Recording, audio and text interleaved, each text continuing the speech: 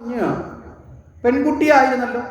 ആ കുട്ടിയെ കൊണ്ടുവന്ന് എട്ടാമത്തെ കുഞ്ഞാണെന്ന് ധരിച്ച് നിലത്തേക്ക് അടിക്കുന്ന സമയത്ത് വാനത്തിലേക്ക് ഉയർന്നു പൊങ്ങി അവിടെ നിന്നുകൊണ്ട് പറഞ്ഞ കംസ, നിന്റെ അന്തകൻ ഭൂമിയിൽ ജനിച്ചിട്ടുണ്ട്, എന്നോട് പരാക്രമം ചെയ്തിട്ട് കാര്യം ഇല്ല.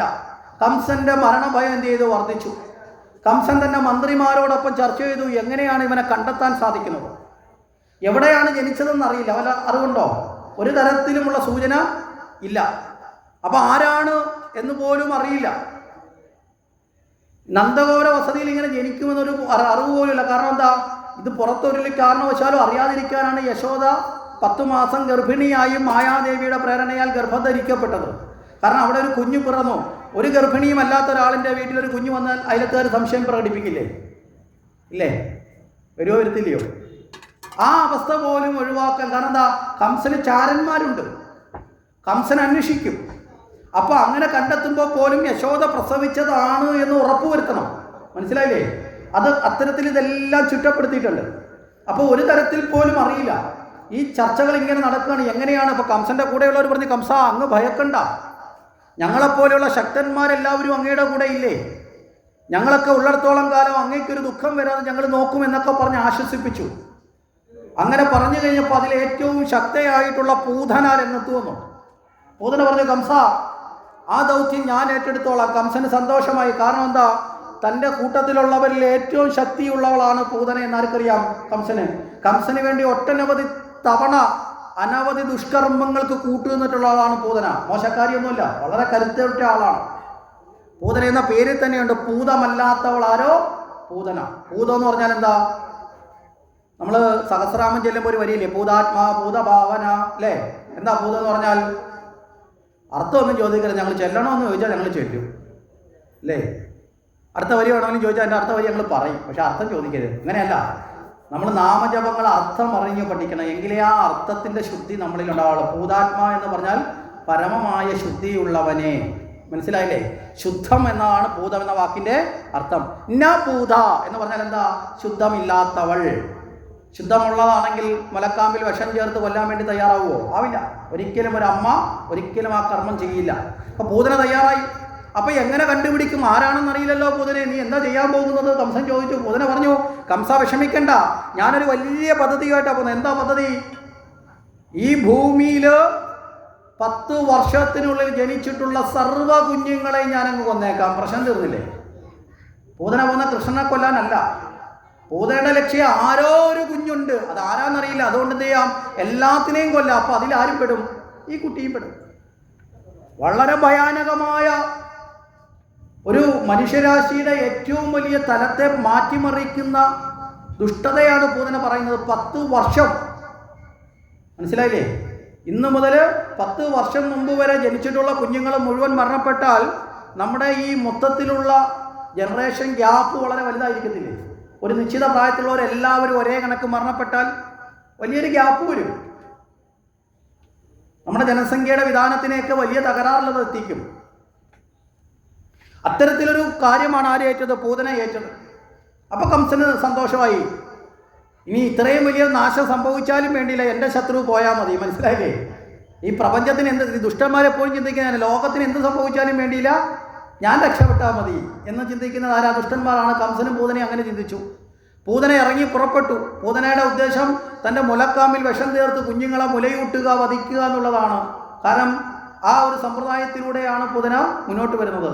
ഭഗവാന് മനസ്സിലായി, പൂതന പുറപ്പെട്ടിട്ടുണ്ട്, താൻ കാരണം മറ്റൊരു കുഞ്ഞ് നഷ്ടപ്പെടരുത്, മറ്റൊരു മാതാപിതാക്കൾക്ക് ദുഃഖം ഉണ്ടാവരുത്. പൂതന ഏതെങ്കിലും ഒരു വീട്ടിൽ ചെന്ന് കയറിയാൽ തീർച്ചയായും കുഞ്ഞ് മരണപ്പെടും. ആ അവസ്ഥ ഉണ്ടാകാതിരിക്കാൻ എന്ത് ചെയ്തു? ഭഗവാൻ പൂതനയെ ഇങ്ങോട്ട് ആകർഷിച്ചതാണ്. മനസ്സിലായില്ലേ? പൂതന ആരോ വിളിച്ചുകൊണ്ട് പോകുന്ന കണക്ക് പൂതന ഇങ്ങോട്ട് പോകുന്നത് എവിടെ എത്തി? ഗോകുലത്തിലെത്തി, അമ്പാടിയിലെത്തി. അല്ലാതെ പൂതന സ്വയം അമ്പാടിയിൽ എത്തപ്പെട്ടതല്ല, ഭഗവാൻ ആകർഷിച്ചു. തനിക്ക് പകരം വേറൊരു വീട്ടിൽ ചെന്ന് കയറി താൻ നിമിത്തം മറ്റൊരു കുടുംബത്തിൽ ദുഃഖമുണ്ടാവരുത്. എത്ര കാരുണ്യമാണ് ഭഗവാൻ ചിന്തിക്കുന്നത് ആലോചിച്ചൊക്കെ. പൂതന വന്നപ്പോൾ പൂതന നോക്കിയപ്പോൾ സന്തോഷം. എന്താ? ഒരു കുഞ്ഞ് ജനിച്ചതിന് ഇത്രയും വലിയ ആഘോഷം, ഭയങ്കര ആഘോഷം നടക്കും അവിടെ. യശോദയ്ക്ക് വളരെ കാലത്തിന് ശേഷം നന്ദഗോപർക്ക് ഒരു കുഞ്ഞ് ജനിച്ചു, ഭയങ്കര ആഘോഷം. അങ്ങനെയാണെങ്കിൽ ഇവനെ തന്നെ അങ്ങ് തീർത്തേക്കാം.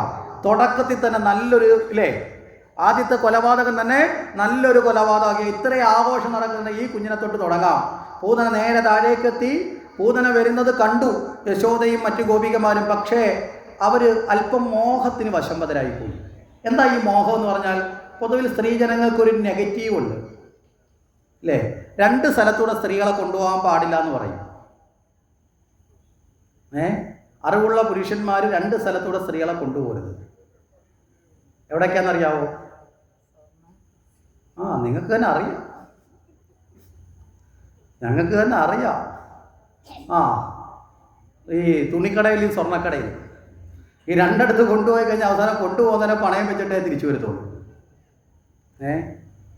കാര്യം ഈ ആകർഷിക്കുക, ഈ അലങ്കാരത്തിൽ ആകർഷിക്കുക എന്ന് പറയുന്നത് ഈ ഒരു ദുർബല വികാരമുണ്ട്. ഈ ദുർബല വികാരം പൊതുവിൽ ചില കാര്യം, അതുകൊണ്ടാണ് ഈ സ്ത്രീകൾക്ക് സ്നേഹം, കാരുണ്യം, ദയൊക്കെ വളരെ കൂടുതലാണ്. ഈ വികാരങ്ങളിൽ പെട്ടെന്ന് വീഴുന്നവരാരാണ്? സ്ത്രീകളാണ്. വളരെ വേഗത്തിൽ വീഴും.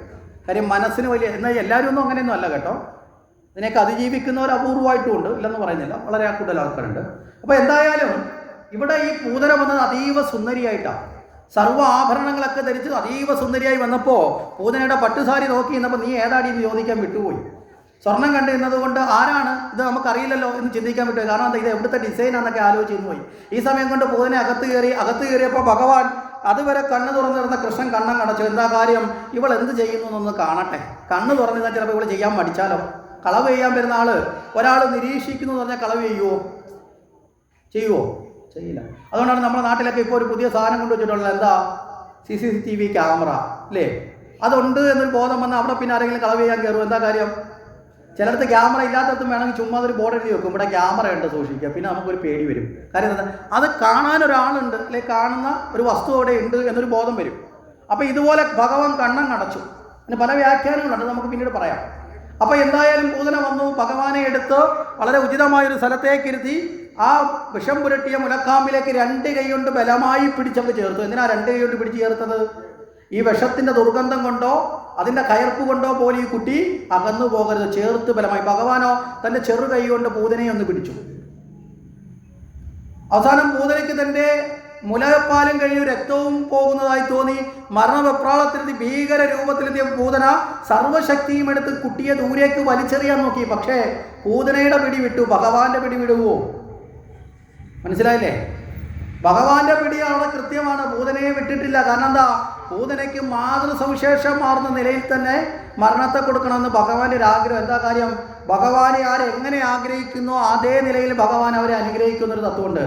ഇവിടെ വാമനാവതാര കാലത്ത് ഭഗവാൻ വാമനമൂർത്തിയായി മഹാബലിയുടെ കൊട്ടാരത്തിൽ പോകുമ്പോൾ അവിടെ സ്വന്തം കുഞ്ഞിനെ മുലയൂട്ടിക്കൊണ്ടിരുന്ന ഒരു രാക്ഷസിയാണ് പൂതന. മനസ്സിലായില്ലേ?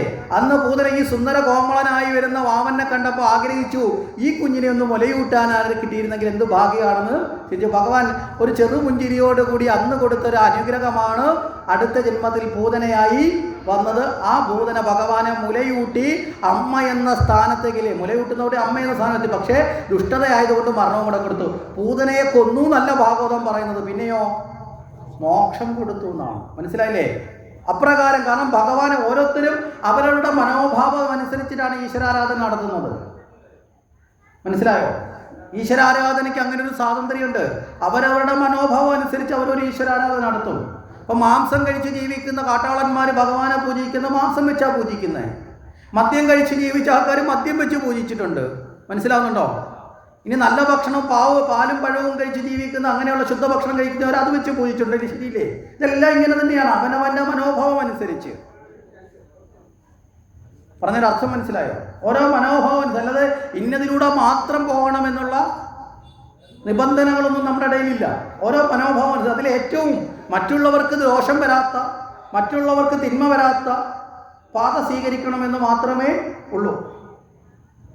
അപ്പോൾ ഇവിടെ പൂതന ഇപ്രകാരം അങ്ങോട്ട് ചെയ്തു. പൂതന അവിടെ മരണപ്പെട്ടു.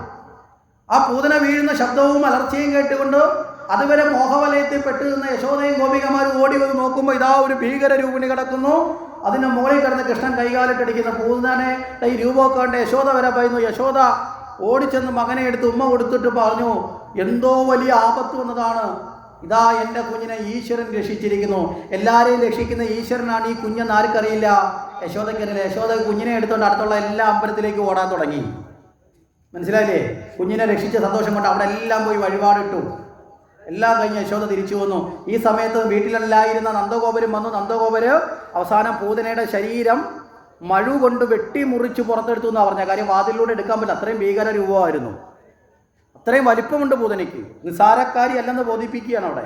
വെട്ടിമുറിച്ചെടുത്ത് അതുകൊണ്ടൊന്ന് ദഹിപ്പിക്കുമ്പോൾ അതിൽ നിന്ന് സുഗന്ധമുണ്ടായി എന്നാ പറഞ്ഞത്. ആ സമയത്ത് അവിടെ ഉണ്ടായിരുന്ന പലരും യശോദയെ അസൂയയോടെ നോക്കി. എന്താ കാരണം?